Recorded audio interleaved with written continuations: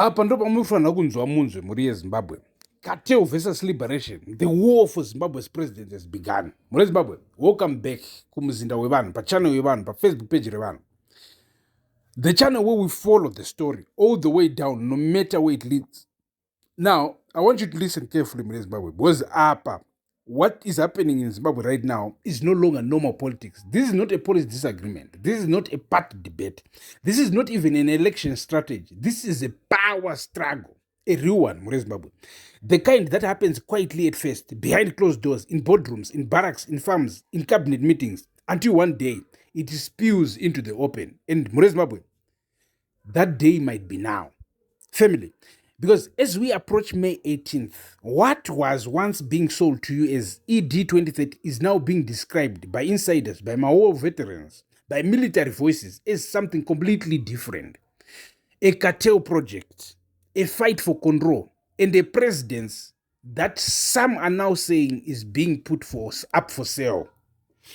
As truth we are unpacking everything. So let's talk about the cartel claim. Who is really driving 2030? Now let's start here, because this is where the entire story begins to shift. There is a growing claim, and it is no longer a whisper, that the push for a third term is not political, it is economic. At the center of this claim is businessman Kudakwashe Tagure. Now, this is not just any businessman. We are talking about a man deeply embedded in fuel supply systems, financial structures, agricultural programs. In other words, the commanding heights of the economy. And the allegation being made is explosive. That this network of these cartels is not just influencing politics, it is shaping power itself. The claim is simple. If power changes hands, the empire is at risk. So power must not change hands. And suddenly, ED 2030 stops looking like a development vision and starts looking like a protection plan. Oh, Zimbabwe, let's talk about the president's is not for sale. The military speaks. So now, here is where things get dangerous. Because when business enters politics, that is one thing. But when the military starts talking, that is something else entirely different. Retired officers are now stepping forward, speaking openly, saying what many have been thinking. And one message is coming through loud and clear. The presidency is not for sale. Not to businessmen, not to cartels, not to the highest bidder. So inside these circles, one name keeps coming up. Constantino Chiwenga, the man many believe was always supposed to take over. The man whose liberation credentials, in their view, give him legitimacy that cannot be bought.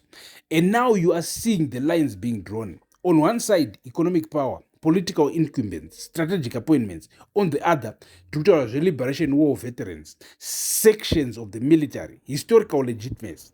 This is no longer quiet. This is a confrontation. So let's talk about the rural front line, where consent is being manufactured. While all this is happening at the top, something else is happening on the ground in rural Zimbabwe. Oh, and this part is deeply disturbing. Reports are coming in that villagers are being asked or pressured to sign documents supporting constitutional changes.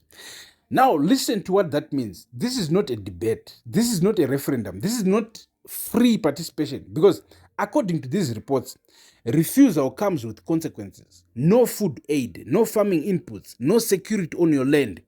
And in rural Zimbabwe, that is not a small threat, that is survival. So now you have a situation where constitutional support is being built on belief. It's not being built on belief, but on fear.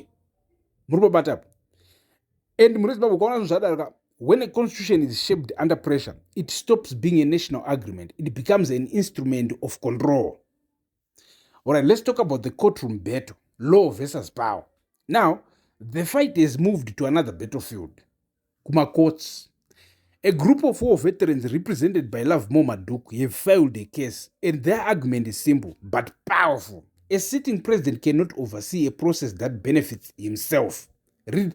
Listen to that again, rewind it.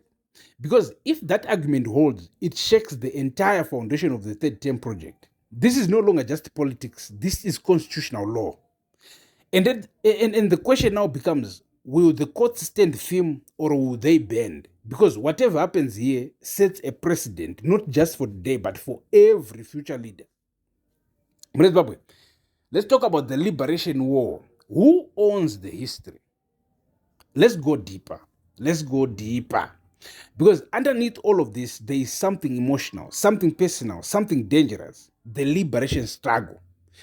War veterans are angry, not just politically, but historically. They are saying people who did not fight, people who did not sacrifice, people who did not bury comrades are now standing at the front of the story, claiming space, claiming authority, claiming leadership. And for those who lived the war, that war, that is not just disrespect, that is erasure. So when they say the presidency is a product of sacrifice, they mean it literally. To them, leadership is not a position, it is a legacy. Oh, Inzwai Ma1. And remember, they are not ready to hand that legacy over to what they see as a business class takeover. Now, let me show you something interesting. Because while all this high-level drama is happening, look at what is happening in Harare. Over 58,000 vehicles impounded in 1 year. Over $1.1 million in fines collected. Sounds like enforcement, right? Law and order. But here is the other side.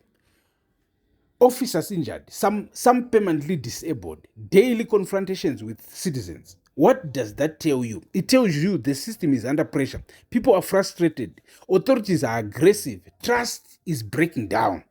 And that same tension you see on the roads is the same tension building in politics. Zimbabwe. So now everything we have discussed is building toward one date. Muswa 18 May.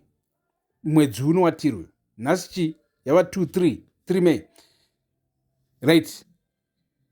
This is where the third term issue moves from whispers to decisions. And understand this clearly, whatever happens on that day does not stay in parliament. It moves into the courts, into the streets, into the barracks, because now too many interests are involved, too many factions, too much at stake.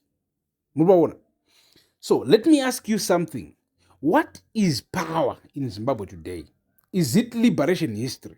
Is it political office, or economic control? Or is it now a combination of all three? Because what we are watching is a redefinition, a shift from a system built on struggle to a system increasingly influenced by capital. And those two systems, they don't transition peacefully. Zimbabwe, this story is not finished. In fact, it is just beginning. Because what we are seeing right now is the early stage of something much bigger, a collision between old power, new money, and unresolved history.